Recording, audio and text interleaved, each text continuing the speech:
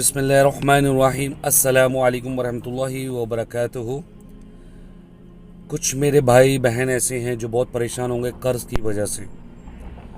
تو حدیث میں آتا ہے کہ رسول اللہ صلی اللہ علیہ وسلم نے فرمایا، اگر سیر پہاڑ کے برابر بھی تمہارا قرض ہو تو اللہ تعالیٰ اسے ادا فرما دے گا۔